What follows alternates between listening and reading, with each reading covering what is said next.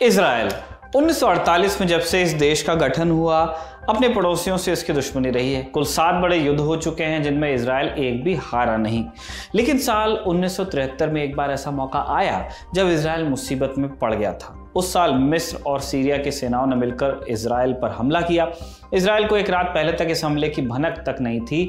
फिर आया एक फोन कॉल, एक देवदूत का कॉल, एंजल। यही कोड वर्ड था मोसाद के उस सीक्रेट एजेंट का जिसने इजराइल को बर्बादी से बचा लिया। और ये एजेंट और कोई नहीं, मिस्र के राष्ट्रपति का दामाद था जिसका असली नाम था अशरफ मरवान। क्या थी अशरफ मरवान की कहानी, जानेंगे आज के एपिसोड में। नमस्कार, मेरा नाम है निखिल और आप देख रहे हैं ऐतिहासिक किस्सों कहानी से जुड़ा हमारा रोजाना का कार्यक्रम तारीख।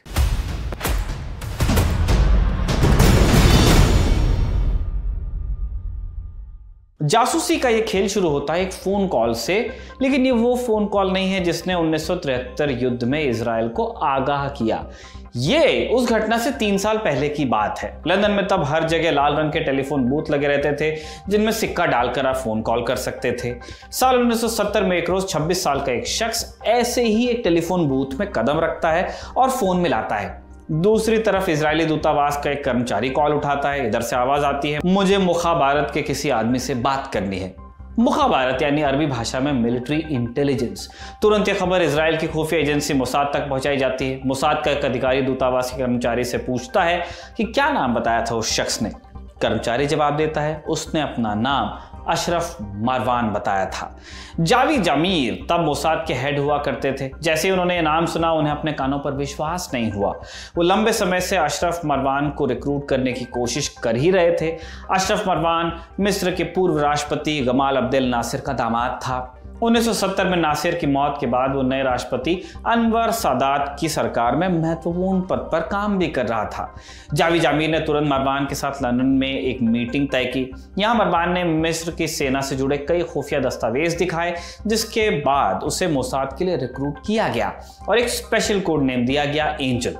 मरवान ने इजराइल की मदद कैसे की, उससे पहले जानते हैं कि मिस्र के राष्ट्रपति का दामाद मोसाद का जासूस बनने के लिए तैयार क्यों हुआ। अशरफ मरवान की कहानी पर यूरी बार जोसेफ ने एक किताब लिखी है, the angel the Egyptian spy who saved Israel. इस किताब में जोसेफ लिखते हैं, पैसों का लालच और जोखिम उठाने के शौक ने उसे ऐसा करने के लिए उकसाया। मरवान की पैदाइश साल 1944 में हुई थी। 4 ही साल का था जब इजराइल बना। उसके पिता मिस्र की सेना में जनरल हुआ करते थे। जब वो 21 साल का था तब उसने कायरो यूनिवर्सिटी से केमिकल इंजीनियरिंग की डिग्री ली और इसी दौरान उसकी मुलाकात मोना नासिर से हुई। मोना राष्ट्रपति गमाल अब्देल नासिर की बेटी थी। नासिर को जब दोनों के इश्क का पता चला, उन्होंने इस रिश्ते को मंजूरी नहीं दी। उन्हें लगता था अशरफ पद और ताकत के लालच में उनकी बेटी से शादी करना चाहता है, लेकिन बेटी की जिद के आगे उन्हें झुकना पड़ा। मरवान नासिर की सरकार में काम भी करने लगा। फिर 1968 में मरवान और मोना का एक बेटा पैदा हुआ और तीनों लंदन चले गए। लंदन में 1 साल रहने के बाद नासिर ने उन्हें वापस काहिरा बुलाया। लंदन में मास्टर्स की डिग्री हासिल करने के लिए मरवान ने एक यूनिवर्सिटी में दाखिला ले लिया था, जिसके चलते उसका अक्सर लंदन आना जाना लगा रहता था।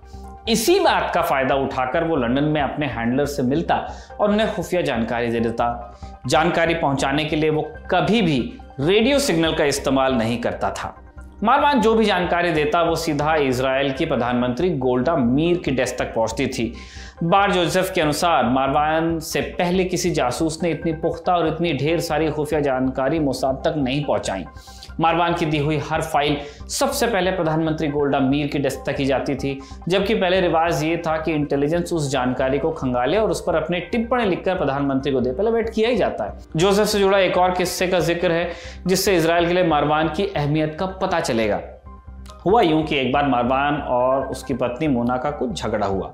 मोसाद के लिए चिंता वाली बात थी, क्योंकि अगर रिश्ता टूट जाता तो मरवान की अहमियत भी कम हो जाती और तब शायद उसे अपने पद से भी हटा दिया जाता। इस रिश्ते को बचाने के लिए मोसाद ने एक हीरे की अंगूठी खरीद कर मरवान को दी ताकि वो इसे गिफ्ट कर अपनी पत्नी की नाराजगी दूर कर सके। साल 1970 से 1973 तक मरवान ने मिस्र की सेना से जुड़ी कई महत्वपूर्ण जानकारियां मोसाद को दी, लेकिन उसकी असली परीक्षा हुई 1973 में। 5 अक्टूबर की तारीख थी। इस रोज मरवान ने अपने हैंडलर को कॉल कर एक शब्द कहा, केमिकल। इस कोड वर्ड का मतलब था मिस्र और सीरिया की सेना इजराइल पर हमला करने वाली है। मरवान ने आगे बताया कि हमला 6 तारीख शाम 6 बजे शुरू होगा। एंडलर ने बातें इजरायली डिफेंस फोर्सेस के शीर्ष नेतृत्व तक पहुंचा दी, लेकिन वहां एक बहस शुरू हुई। इजराइल की फौज के एक मेजर जनरल हुआ करते थे जिनका नाम था एली जीरा। जीरा को इजराइल में एक खास सिद्धांत के लिए जाना जाता है जिसे नाम दिया गया द कॉन्सेप्ट जिया। क्या था यह सिद्धांत? 1967 के युद्ध में इजराइल ने मिस्र को जबरदस्त पटखनी दी और एक ही दिन में मिस्र की पूरी एयरफोर्स को जमीन पर तहस नहस कर दिया था। इसके बाद इजराइल में यह माना जाने लगा कि बिना एयर सपोर्ट के मिस्र या सीरिया उन पर हमला करने का जोखिम नहीं उठाएंगे। यह सपोर्ट सिर्फ सोवियत संघ से मिल सकता था। सोवियत संघ से मिलने वाली हर मदद पर इजराइल की नजर पहले से थी, इसीलिए 1973 युद्ध के आखिरी दिनों तक उन्हें हमले की बिल्कुल उम्मीद नहीं थी। इसी सिद्धांत पर विश्वास कर इजराइल ने युद्ध के तमाम संकेतों की अनदेखी की। युद्ध के कुछ महीने पहले से ही मिस्र और सीरिया की सेना मोर्चा बना रही थी, लेकिन इजरायली फौज के नेतृत्व ने इसे महज ट्रेनिंग एक्सरसाइज मानकर इग्नोर किया। 4 तारीख को उन्हें खबर मिली कि सोवियत संघ मिस्र से अपने लोगों को वापस बुला रहा है, तब भी उन्होंने इस पर कोई ध्यान नहीं दिया। आखिर में जब 5 तारीख की शाम अशरफ मारवान ने खबर दी कि हमला होने ही वाला है, तब जाकर इजराइल की फोर्सेस हरकत में आई। मिस्र और सीरिया ने बड़ी चालाकी से हमले की तारीख 6 अक्टूबर रखी थी, क्योंकि इस रोज योम किपुर का त्योहार पड़ता था, जिसके चलते पूरे इजराइल में छुट्टी थी। जब अचानक हमले की खबर आई, प्रधानमंत्री गोल्डा मीर ने आनन फानन में सुबह 9 बजे युद्ध की तैयारियों के आदेश दिए और सभी सैनिकों को छुट्टी से वापस बुलाया गया। अशरफ मारवान की खबर के अनुसार शाम 6 बजे हमला होने वाला था, लेकिन वो दोपहर 2 बजे ही शुरू हो गया।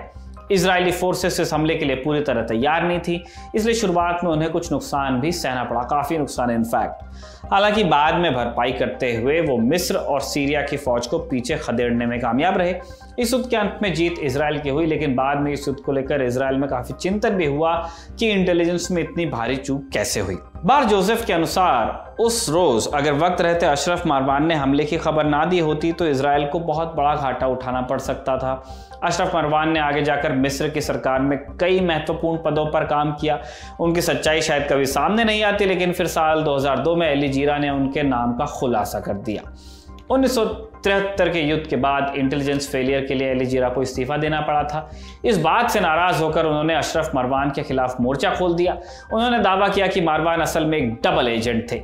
जीरा के अनुसार मारवान ने इजराइल को जानबूझकर गलत खबर दी कि हमला 6 बजे होगा, जबकि हमला 2 ही बजे हो गया। ऐसा ही कुछ मानना मिस्र के सुरक्षा विशेषज्ञों का भी था, जिनके अनुसार मारवान जानबूझकर इजराइल को गलत जानकारी दे रहे थे। मारवान एक डबल एजेंट था या नहीं, इसे लेकर इजराइल में कई दशकों तक बहस चलती रही। कभी भी नाम का लेकिन खुलासा नहीं हुआ, जो हमेशा दामादी कहकर बुलाया जाता रहा उसे। फिर 2002 में कुछ पत्रकारों ने कड़ियाँ जोड़ ली और अखबार में उसके नाम का खुलासा हो गया। अपनी पहचान जाहिर होने का खमियाजा मारवान को जान से हाथ धोकर चुकाना पड़ा। साल 2007 में लंदन की एक बिल्डिंग से नीचे गिरकर मौत हो गई उसकी। यह हत्या थी या दुर्घटना, ये बात कभी पूरी तरह साफ नहीं हुई। आरोप दोनों तरफ से लगते रहे। मिस्र ने कहा कि मोसाद ने हत्या करवाई, वहीं इजराइल का मानना था कि मिस्र के अधिकारी इस शर्मिंदगी से बचना चाहते थे कि पूर्व राष्ट्रपति का दामाद दुश्मन का जासूस है, इसलिए उन्होंने मारवान की हत्या करवा दी। हत्या के कयासों को इस बात से भी बल मिला कि 2007 से पहले भी मिस्र के 3 लोग ऐसे ही बिल्डिंग से गिरकर मर चुके थे।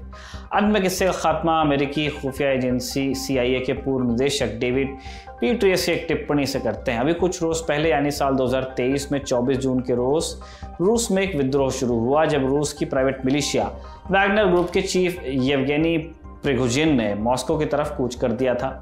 मामला बाद में शांत भी हुआ और प्रिगोजिन को रूस के पड़ोसी बेलारूस में शरण भी मिली। इस घटना के चंद घंटे बाद पीट्रियस ने टिप्पणी करते हुए कहा कि प्रिगोजिन को खुली खिड़कियों के आगे बहुत सावधान रहना चाहिए। जासूसी की कहानियां अक्सर ऐसी खुली खिड़कियों में आकर बंद हो जाती हैं। अशरफ मारवान के साथ भी ऐसा ही हुआ।